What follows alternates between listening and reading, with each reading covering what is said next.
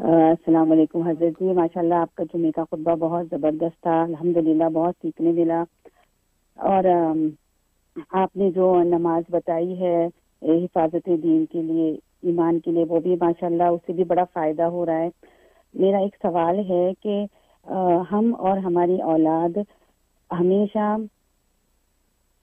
طالب علم بنے رہیں، یعنی جو سستی اور کاہلی علم حاصل کرنے میں جو ہمیں ہو جاتی ہے، تو ہم بھی اور ہماری اولاد بھی علم حاصل کرنے میں ہمیشہ آگے رہیں۔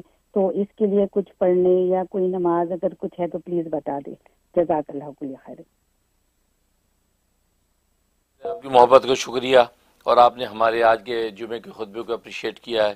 اللہ تعالیٰ نے جو مضمون کہلوائے ہیں وہ اللہ اس کو شرف قبول بخشے، اور اس کا اچھا امپیکٹ جو ہے سننے والے اور سنانے والوں پر پڑے۔ اور باقی اس کے علاوہ جو ہے آپ نے جو ہے سلامتی ایمان کے حوالے سے آپ نے بتایا کہ وہ نماز آپ پڑھ رہے ہیں اور اس سے ماشاءاللہ آپ کو فائدہ ہے اور نفع ہے، اور یقیناً بہت سے لوگوں کا فیڈ بیک آیا ہے کہ سلامتی ایمان کی اس نماز سے بہت نفع ہوا ہے، روحانی طور پہ بڑی تقویت ہوئی ہے، اور ایمان کو 4 چاند لگ گئے ہیں۔ تو اس سے سن کے بڑی مسرت ہوتی ہے، اللہ تعالیٰ اس کو شرف قبول بخشے۔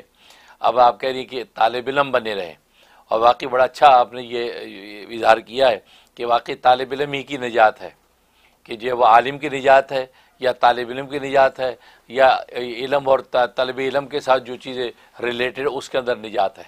اسی کو جو ہے وہ نبی کریم صلی اللہ علیہ وسلم نے اللہ کی رحمت میں قرار دیا، فرمایا کہ دنیا اور دنیا کے اندر جو کچھ سب ملعون ہے، لیکن یہ کہ عالم، طالب علم اور جو ماوالا ہو جو ان کے ساتھ ریلیٹ ہیں، فرمایا کہ وہ جو ملعون نہیں ہے، گویا کہ وہ اللہ تبارک و تعالیٰ کی رحمت میں گویا کہ وہ مرحوم ہے، رحمت کے ساتھ جڑی ہوئی ہیں۔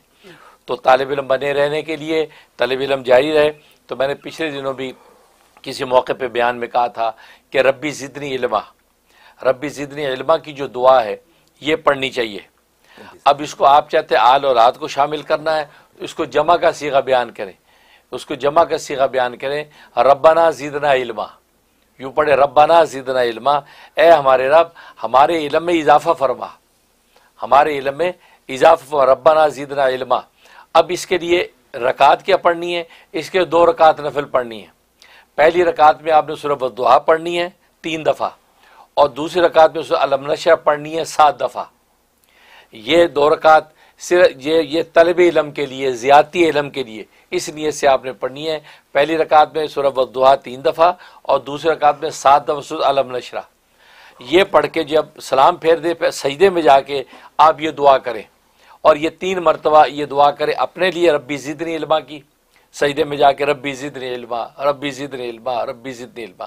اب اس سے پہلے جیسے وہاں یا حیو یا قیوم پڑھتے تھے، یہاں پر آپ نے پڑھنا یا علیمو، یا علیمو یا قدیرو، یا علیمو یا قدیرو ربی زدنی علما، یا علیمو یا قدیرو ربی زدنی علما، یا علیمو یا قدیرو ربی زدنی علما، 3 مرتبہ۔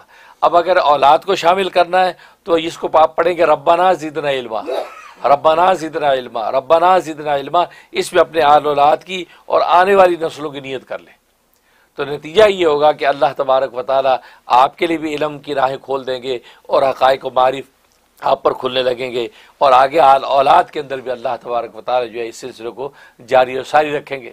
اور جیسے میں نے عرض کیا تحدیث نعمت کے طور پہ عرض کر رہا ہوں، اس میں بھی تحدیث نعمت کے طور پہ میں نے بتایا تھا کہ میں روزانہ 1000 مرتبہ ربی زدنی علما پڑھتا ہوں، کیونکہ ربی زدنی علما نبی پاک صلی اللہ علیہ وسلم کو اللہ تبارک و تعالیٰ آیات کس لیے کب نازل کی تھی؟ یہ باتوں کی حقائق اور معارف اور گہرائی تک پہنچنے کے لیے آپ کو یہ حکم دیا گیا تھا۔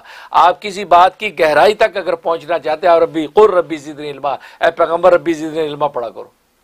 لہذا آپ کسی چیز کی گہرائی اور عمق کے اندر پہنچنا ہو تو یہ اس دعا سے اچھی کوئی دعا نہیں۔ اور میں کوشش کرتا ہوں کہ 1000 مرتبہ روزانہ ربی زدنی علما کی دعا پڑھتا ہوں، اور میں محسوس کرتا ہوں اس کی وجہ سے مجھے کتنا منافع ہے، کتنے اللہ تبارک و تعالیٰ کی طرف سے جو ہے حقائق اسرار کھلتے ہیں۔ اس لیے اس کا اہتمام کریں، ضرور جو ہے اللہ تعالیٰ آپ کو طالب علم بنا دیں گے۔ آمین ثم آمین۔